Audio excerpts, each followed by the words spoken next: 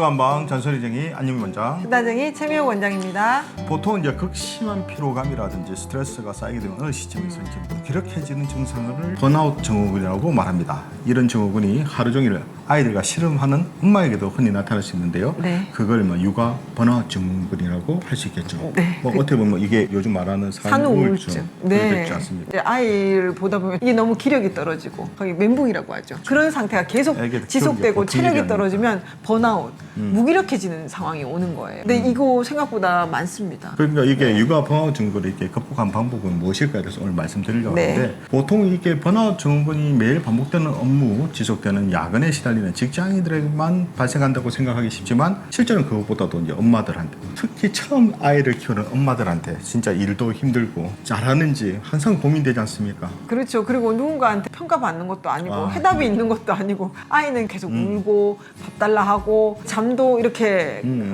편하게 못 자게 하는데 엄마는 그게 너무너무 지치고 답이 없다고 생각할 때는 번아웃이 올 수밖에 없어요. 그래서 이제 이게 번아웃 증후군을 의심할 수 있는 증상이 이제 다음과 같은데요. 처음에는 이제 기력이 없고 쇠약한 느낌이 든다. 아, 네. 그리고 모든 일에 부질없게 느껴지고 짜증이 쉽게 나면서 분노가 치솟는다.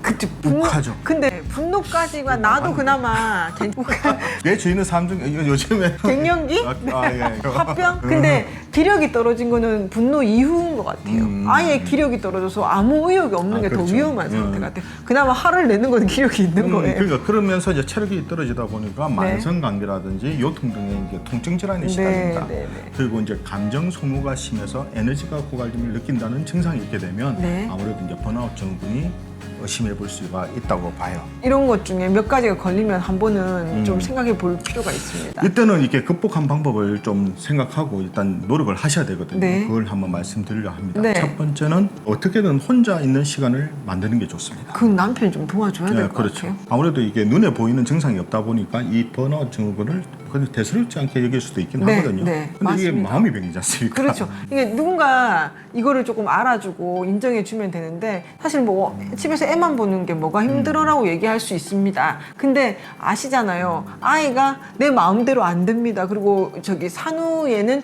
그만큼 기력 자체도 떨어져 있는데 이렇게 일상을 반복해야 되는 것들 때문에 더 몸이 마음이 더 가라앉는데 좀 혼자 있게 뭐 일주일에 1시간이라도 2시간이라도 그런 시간을 확보해 줘야 되는 거는 사실은 남편이나 아니면 주변 사람들의 사람들이. 도움을 조금 받아야 될 것 같습니다.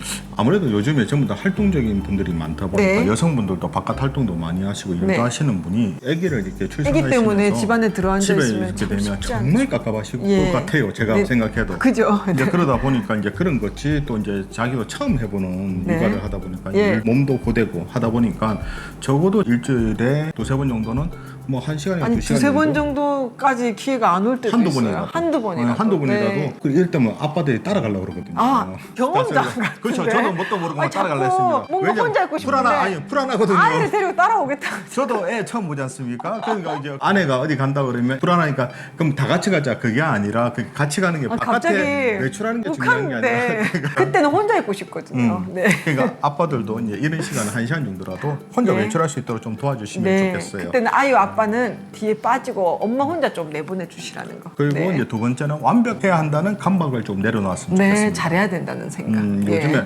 아무래도 평가가 많다 보니까 네. 어릴 때부터 공부라든지 학원을 하다 보니까 이런 육아라든지 집안일도 완벽해는 강박관념을 가지신 분들이 생각보다 많습니다. 맞습니다. 잘해야 된다는 생각, 그죠?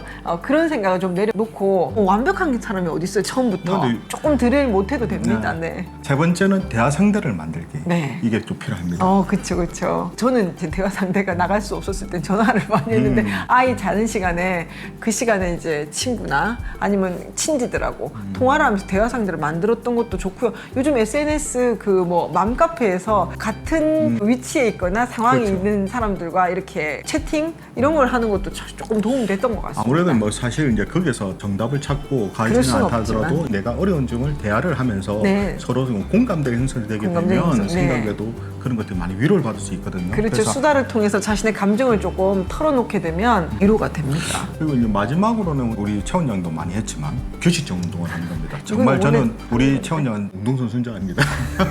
애한테 스트레스 받을수록 운동을 정말 열심히 하더라고요. 애부터 남편한테 받는 뭐 그렇죠. 스트레스를 전부 다 운동으로 푸는데요. 규칙적 운동만이 살 길이다.